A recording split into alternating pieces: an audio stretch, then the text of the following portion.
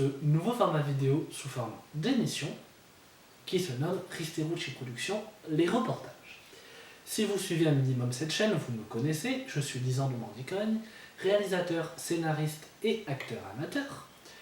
Et je suis ici pour vous présenter ce nouveau format dans lequel nous allons débriefer des projets ayant déjà eu lieu sur la chaîne et des projets à venir.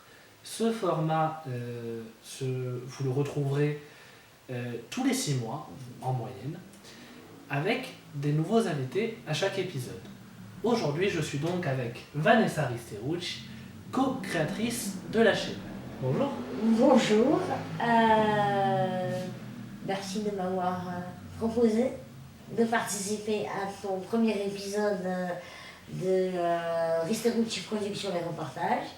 Effectivement, je suis co-créatrice de cette chaîne et puis je vais être future coproductrice de certains projets. Voilà, de certains projets que vous verrez à l'avenir. Donc, en plus, moi, j'adore les arts du spectacle, j'adore le cinéma, mais aussi les arts du spectacle. Je fais notamment du théâtre, de l'improvisation théâtrale et de la danse. Et donc aujourd'hui, nous sommes là pour débriefer, donc nous allons passer à la partie du débrief.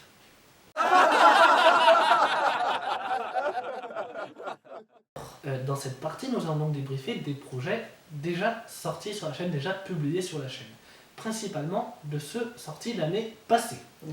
Nous en avons donc 3, la saison 2 de Flash Info, le court-métrage réalisé dans le cadre d'un concours, avec coproduit, co-réalisé et co-écrit avec Ezan Angel, qui se nomme À 7000 tours minutes, et enfin celui sur lequel nous allons nous attarder aujourd'hui, la saison 3 de Flash Info. Vanessa, qu'est-ce que tu peux nous en dire? Alors, la saison 3 de Flash Info. Alors, en fait, c'est une saison qui est intéressante parce qu'il y a un tournant, dans le sens où il y a déjà de nouveaux acteurs. Beaucoup de nouveaux acteurs.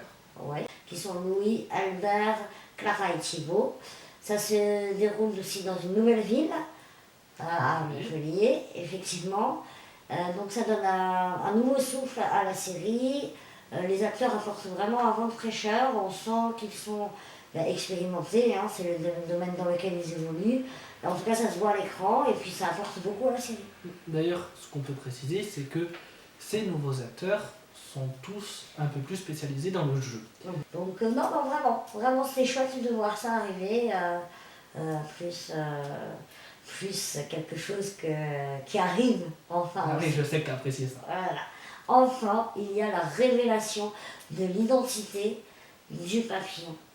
Et ça arrive donc à ce moment-là dans le Flash Info saison 3. Et oui, après 2 saisons dans lesquelles ce personnage qui agit dans l'ombre, on sait enfin qui c'est. Voilà. Enfin.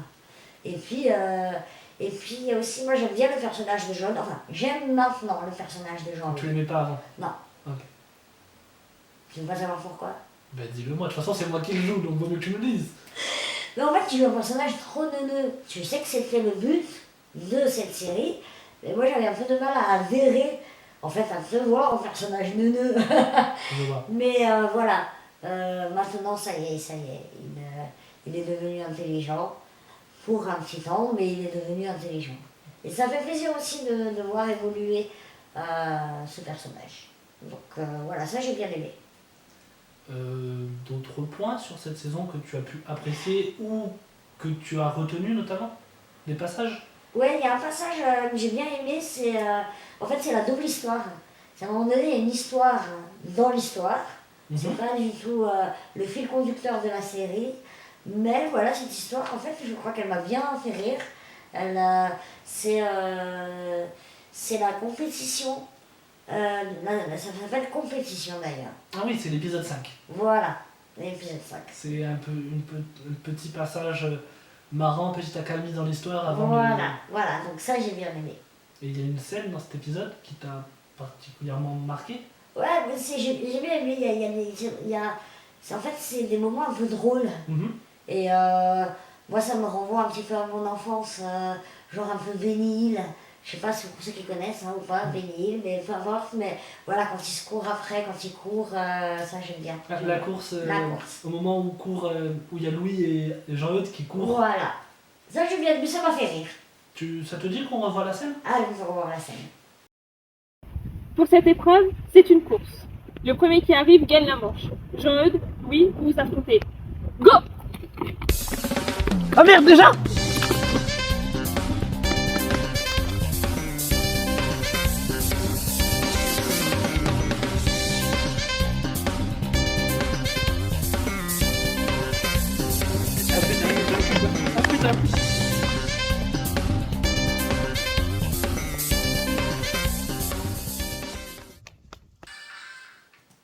Voilà.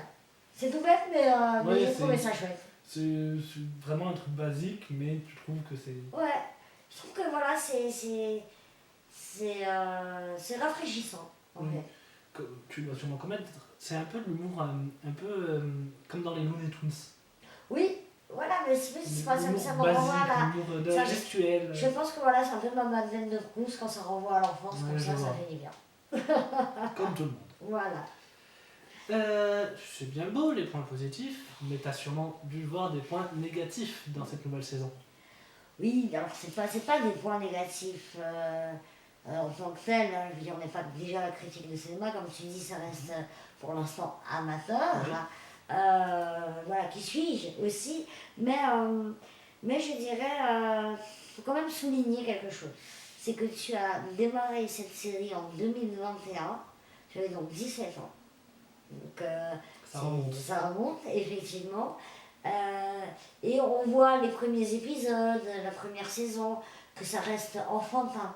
Ça reste quelque chose d'enfantin. Au départ, tu dis, bon, l'histoire, est-ce qu'on la comprend? C'est un petit peu comme ça. C'est un petit peu ce que j'ai ressenti. Mais quand même, ce que j'ai pu apprécier, c'est que c'est la maturité. Maintenant, avec laquelle tu écris tes scénarios, tu réfléchis à l'histoire, tu réfléchis au montage. Et ce qui est intéressant, c'est qu'en fait, tu grandis avec la série et du coup, on voit aussi la maturité de la série. Donc voilà, le petit point négatif, c'était plus sur le manque d'expérience, on va dire, et puis la jeunesse. La jeunesse, dû à la jeunesse, je dirais. On voit une évolution, et puis je crois que c'est qu'en faisant qu'on apprend. Donc, de continuer sur cette voie. Et puis, il y a une volonté de se perfectionner, d'évoluer. Donc, parlant d'évolution, on peut aussi parler de l'évolution de certains acteurs qui sont là depuis le tout début, qui sont encore là maintenant dans la série, et sur lequel, personnellement, je sais pas toi, j'ai vu une évolution au niveau du jeu. Je les ai vus évoluer dans la caméra. Il y en a 3 qui sont là depuis le tout début et qui sont encore là maintenant. C'est Noé Sabra qui joue le rôle de Clovis le Bourgeois, c'est Calixte Hébert qui joue le rôle de Maya Kami, et c'est Jade Rueda qui joue le rôle de Enola Remplace. Donc 3 rôles que, si vous avez vu la série, c'est quand même des gros rôles, c'est quand même des rôles très importants. Et vous voyez leur toute première scène lors de la saison 1 et leur scène actuellement, on voit quand même une évolution dans leur jeu et on voit qu'ils sont quand même plus à l'aise. Je sais pas ce que t'en penses. Ah oui, non, vraiment, clairement. Clairement, j'aurais dit exactement la même chose. Non, on les voit évoluer, on les voit plus à l'aise devant la caméra, on voit qu'ils ont du plaisir, certainement, à le faire. Sachant qu'aucun d'entre eux n'est acteur. Mais non, on voit qu'il y a un investissement. L'investissement, il est là depuis le début, mais là, on voit qu'ils sont à l'aise. Voilà, et c'est plus fluide. Il y a quelque chose de plus fluide, donc ça rend bien à la caméra. Bon, après, voilà, moi, Après, il faut aussi du matériel, d'où la production qui arrive maintenant. C'est vrai que plus on a du matériel de qualité, plus on a de tout ce qu'il faut, tout ce qui se passe derrière la caméra, c'est énorme. Donc, voilà, au niveau du son, c'est vrai que là, c'est beaucoup ce qui pêche dans les sons. Donc, on va voir qu'il faut peut-être investir dans une perche, des choses comme ça, dans un micro, dans des micros. Ce qui va donner encore plus de corps à la série. Pour l'anecdote, on en reparlera sûrement dans un des prochains épisodes, on a perdu le seul micro qu'on avait sur le tournage du court-métrage à 7 minutes. Si un jour je fais un épisode avec Ezan, on vous en parlera. Voilà, donc effectivement, c'est pas évident, donc c'est déjà très courageux. Donc, et puis voilà, plus on a de matériel, plus on a les outils, plus on a les personnes compétentes autour de nous, plus les montages, les effets spéciaux, la réalisation seront plus qualitatifs. Donc Exactement. voilà, donc après en termes d'histoire, non, l'histoire, après, tu as choisi cette voie pour cette première série. Là, tu vas au bout, donc ça c'est chouette. Après, moi je dirais, tu m'avais posé la question, il y a quelque chose qui me vient, si tu m'avais posé, qu'est-ce que c'est vraiment des passages, vraiment dans le scénario, dans l'histoire qui me plaisait moi. Je dirais qu'il y a une scène qui pour moi n'a pas apporté une plus-value à l'histoire globale. Laquelle? C'est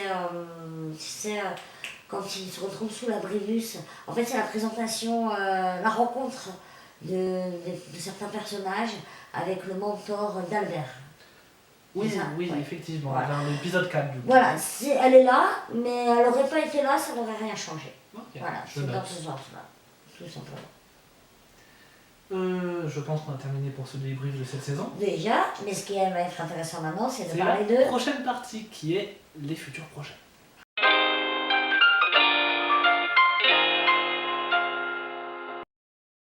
Ça, c'est intéressant. Donc, quels sont les futurs projets? Alors, déjà, vous allez les avoir à l'écran, nous, je vais nous les afficher.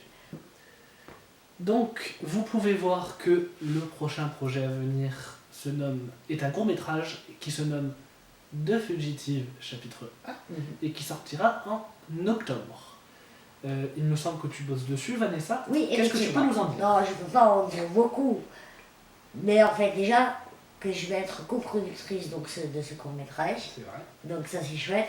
Et tu me l'as présenté, en tout cas, comme étant un court-métrage, qui va être inspiré de la série anglaise Doctor Who. Donc un peu dans le fantastique. Quelque chose comme ça. Fantastique, le surnaturel. Surnaturel et tout ça.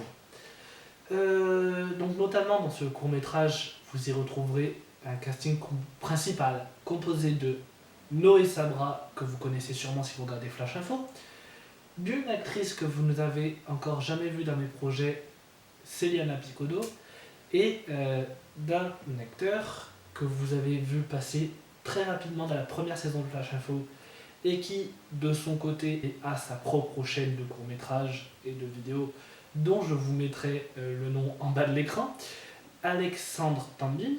Donc nous allons suivre les aventures de ces trois personnages dans ce court-métrage. Est-ce que toi qui l'as vu qu'il a déjà été tourné et monté, toi qui l'as vu, qu'est-ce que tu en as pensé? Est-ce qu'il y a des points que tu apprécies? Moi j'ai bien aimé le personnage joué par Anna Kunz. Donc elle m'a bien plu. Voilà, ça m'a bien plu. C'est assez dark comme ça. Pas trop quand même, mais voilà, assez sérieux. J'ai bien aimé ce personnage. Je note. Voilà. Et, ah oui, quelque chose aussi, c'est si je fais une comparaison, justement, on parlait de maturité, puis de moyens aussi qu'on met, les effets spéciaux qui sont présents, et on voit qu'ils sont plutôt pas mal maintenant. Voilà, et puis la qualité du montage aussi. Oui, On voit parce que c'est différent. il faut le savoir, ce court-métrage qui, vous le verrez, est en deux parties, vu qu'on va en parler juste après, a été tourné en mai 2023, si je ne dis pas de bêtises. Et par contre, le montage n'a été fait que très récemment. Et il sort, comme vous le voyez, le mois prochain. Donc, même si ça a été tourné, réalisé avant les dernières saisons de Flash Info, le montage ayant été fait après, on peut y voir une évolution, comme tu dis. Ouais, moi je le vois en tout cas. Ensuite, qu'est-ce qu'il y a d'autre? Par la suite, du coup, continuons. Nous avons, comme vous le voyez, un court-métrage dont nous n'avons pas mis le titre, qui sortira fin décembre. On ne peut pas en dire beaucoup, on peut en dire que tu seras, encore une fois, co-productrice de ce court-métrage. C'est un court-métrage qui n'a aucun rapport avec le précédent, et dont nous annoncerons le titre plus tard. On arrive au début de l'année 2025 avec le chapitre 2 de The Fugitive. Quoi en dire, hormis que c'est la suite du chapitre 1, logique, qu'on continue à y suivre les personnages principaux, et que c'est la fin de cette histoire, sans nous dévoiler comment ça se finit. Qu'est-ce que tu en as pensé? Non, moi j'ai bien aimé. J'ai bien aimé, je veux dire, en tout cas, l'univers que tu as choisi est bien respecté, jusqu'au bout. Et puis finalement, c'est un court-métrage en 2 parties, où tu suis tous les personnages. Tu as vraiment le début qui t'annonce directement où on en est. Où tu es. Où tu es, qu'est-ce qui se passe. Et puis voilà, comme toutes les histoires fantastiques, à la fin, le dénouement. Bon, pour la suite, on a quoi? Ensuite, c'est à moi, tu m'avais demandé de pouvoir introduire en mars 2025, c'est ça, la nouveauté série. On n'est pas dans du court-métrage ou d'un autre format, on est dans le format série. Tu ne bosses pas dessus? Non. Moi là, je suis sur les courts-métrages pour le moment. Et puis voilà, vous aurez la surprise. Mais ça vous plaira sûrement. Oui, il y a des chances. Si vous suivez la chaîne, il y a des chances. Voilà. On arrive donc à avril 2025 avec la suite de cette émission, donc les épisodes 4, 5 et 6 des reportages, qui du coup feront le débrief des projets sortis entre maintenant et avril, et qui feront vite fait l'annonce des projets suivants, peut-être de manière un peu plus détaillée que maintenant. Et on a un gros saut. Après avril, on arrive à août 2025, où il y a encore une série, une nouveauté série, dont on ne vous dit pas le titre pour l'instant. Mais je ne sais pas si tu l'as remarqué, Vanessa. Oui. Il y a, comme je l'ai dit, un gros saut entre avril et août. Est-ce que tu sais pourquoi? J'ai une vague idée. Vas-y. Non, je me dis que aussi, déjà, je pense que ça peut dépendre. C'est bien de faire un planning sur l'année, mais il peut y avoir des aléas dans l'année, des imprévus. Donc voilà, c'est pour aussi laisser cette marge et ne pas dire sûr on sort quelque chose à tel moment et qu'on ne puisse pas le faire. Ça, ce serait dommage. Et puis ça laisse la place peut-être aussi à d'autres opportunités. Ça laisse la place aussi à d'autres projets dont on n'a pas entendu parler pour le moment. Et dont on n'a pas d'idée pour le moment. Donc voilà, c'était tout pour les futurs projets, en tout cas ceux qui sont prévus pour l'instant. Voilà. Petit détail, vous avez vu que en avril, c'est les épisodes 4, 5 et 6 des reportages. Donc vous vous en doutez, ce mois-ci sortiront l'épisode 1 aujourd'hui. Et vous aurez aussi les épisodes 2 et 3. Voilà. Les semaines suivantes. Les semaines suivantes, voilà. Oui, un par semaine. Voilà. Sur ce, je pense qu'on va se quitter là-dessus. Oui. Merci d'être venue, Vanessa. Mais je t'en prie, merci de m'avoir invité. En même temps, on est chez toi. Voilà, évidemment. Donc, mais non, c'est un plaisir. Et puis on va continuer à faire vivre cette chaîne. Donc, à la faire évoluer. Voilà. Si vous aimez ce que fait Lisandre, vraiment n'hésitez pas à partager, à en parler autour de vous, à liker comme ils disent, comme disent les jeunes. Vous likez, vous mettez un petit pouce, vous activez la cloche et vous serez au courant de toutes les nouvelles sorties. Après, vous n'êtes pas obligé de l'écouter, mais c'est mieux. Mais c'est mieux quand même. Nous, en tout cas, on se retrouve la semaine prochaine avec notamment Noé Sabra et peut-être d'autres acteurs de Flash Info, des premières saisons en tout cas. Et toi, j'espère que tu reviendras. Oui, moi je reviendrai à la fin. Le bilan, on le fera à la fin. À la fin de l'année, tu peux. À la fin de l'année. Non, moi je reviens quand tu veux, il n'y a aucun problème. Voilà, même avec rencontrer même tes acteurs, ce serait sympa faire une fois. C'est vrai que tu en connais certains, mais. Voilà, non, mais. J'avais parlé de. Parler ensemble de ce qu'ils vivent devant la caméra. Vraiment quand tu veux, à la prochaine. Eh bien, bye bye. Ciao.